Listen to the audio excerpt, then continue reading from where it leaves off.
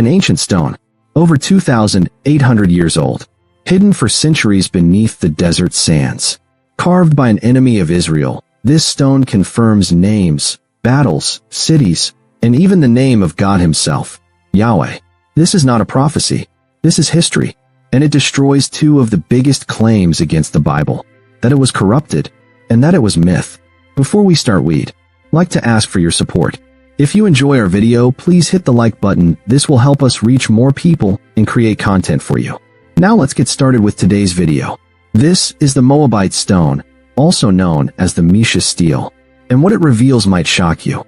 Not only does it validate the Bible's historical accuracy, it obliterates the argument that Yahweh, the God of Israel, was a late invention, and it shatters the Islamic claim that the Bible has been corrupted. If this surprises you already, drop a fire in the comments and share your thoughts. Imagine an ancient artifact that confirms biblical names, battles, theology, and even the divine name of Israel's God, all carved nearly 3,000 years ago by a foreign king. This isn't fiction. It's the Moabite Stone, also known as the Mesha Stele. Unearthed in the 19th century, this ancient inscription is among the most powerful archaeological confirmations of the Bible ever discovered. It's written not by a Hebrew prophet or Jewish king, but by an enemy of Israel, King Mesha of Moab, who carved his story into stone around 840 BC. The stele boasts of his rebellion against Israel, names Yahweh, the God of Israel, and aligns with the historical account found in 2 Kings 3. This isn't just another ancient relic. It's a direct challenge to skeptics, atheists, and Islamic claims that the Bible was corrupted over time or invented later. In truth, this artifact confirms that key parts of the Bible were already accurate, known, and in circulation centuries before such claims arose. The historical background. Who was King Mesha? To understand the impact of the Moabite Stone, we need to begin with Moab, an ancient kingdom located in what is now modern-day Jordan, east of the Dead Sea. The Moabites were descendants of Lot, Abraham's nephew, Genesis 19 verse 37, and had a long, tense relationship with Israel. King Mesha ruled Moab during the 9th century BC. According to the Bible, 2 Kings 3, he was a powerful leader who rebelled against Israelite dominance after the death of King Ahab. The Bible records. Now Mesha, king of Moab, was a sheep breeder, and he had to deliver to the king of Israel 100,000 lambs and the wool of 100,000 rams. But after the death of Ahab, the king of Moab rebelled against the king of Israel. 2 Kings 3 verses 4-5. This is not only a political rebellion, but a theological clash. Mesha credits his victories to Chemosh, also spelled Chemosh or Kosh, the god of Moab, while Israel appeals to Yahweh for deliverance. Discovery of the Moabite Stone. In 1868, a German missionary named F.A. Klein stumbled upon a large black basalt stone in the ruins of Dibon, ancient Dibon, one of the cities mentioned in the Bible as belonging to Moab, Numbers 21:30, Isaiah 15 verse 2. The stone stood about 3 feet tall and had 34 lines of ancient script written in Moabite, a language closely related to biblical Hebrew. Unfortunately, due to political tensions, the stone was broken by Bedouins, but a squeeze, papier-mâché impression, had already been taken by scholars. The fragments and the squeeze together allowed reconstruction of nearly the entire inscription. The stone is now housed in the Louvre Museum in Paris. Content of the Mesha Stele. The stele begins with a bold proclamation. I am Mesha, son of Chemosh, king of Moab. It then recounts how King Omri of Israel had oppressed Moab, how Mesha rebelled, regained lost territories, and dedicated the captured Israelite religious vessels to Chemosh. Key passages that confirm the Bible. Let's look at some of the most striking lines. Omri was king of Israel, and he oppressed Moab many days.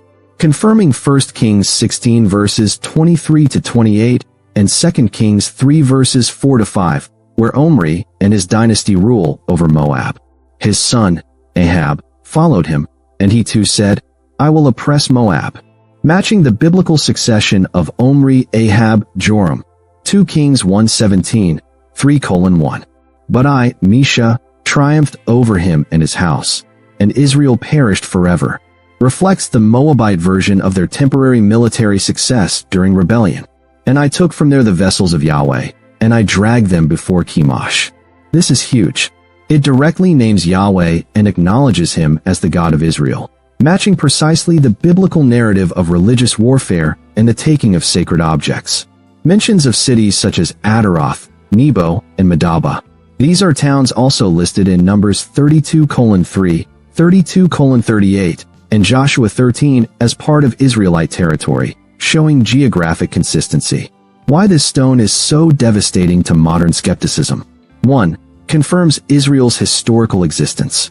Skeptics, especially during the 18th and 19th centuries, often claimed that the Bible's kings were mythical or fabricated much later.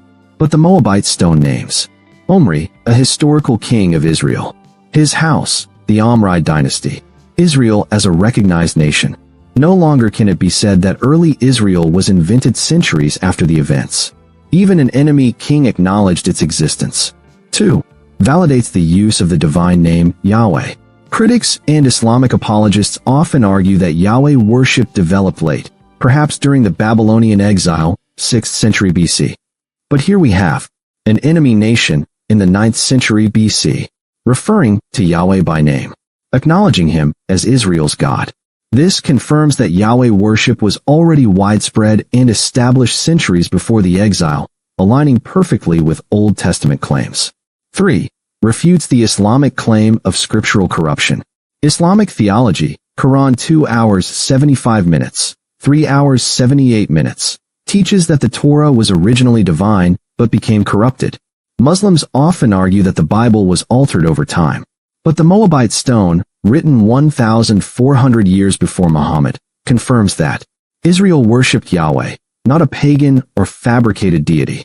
Historical events in the Bible, e.g., Omri's rule, Moab's tribute, rebellion, were real. Enemy sources, not pro-Israel scribes, recorded this history. This external validation demolishes the claim that the Old Testament was later corrupted or invented. If an enemy king used the name Yahweh, then Israel's religion was already well known and consistent with the Bible's claims, long before Islam arose. Why this matters: the power of archaeology. The Bible isn't just a religious book, it claims to be historical. And archaeology like the Moabite stone backs this up in remarkable ways. Names, places, wars, and gods match exactly. Geographic details, like Ataroth and Nebo, are confirmed.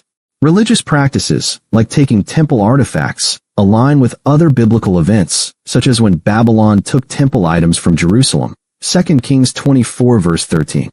Every detail strengthens the Bible's credibility, showing that it wasn't altered by scribes or invented out of thin air.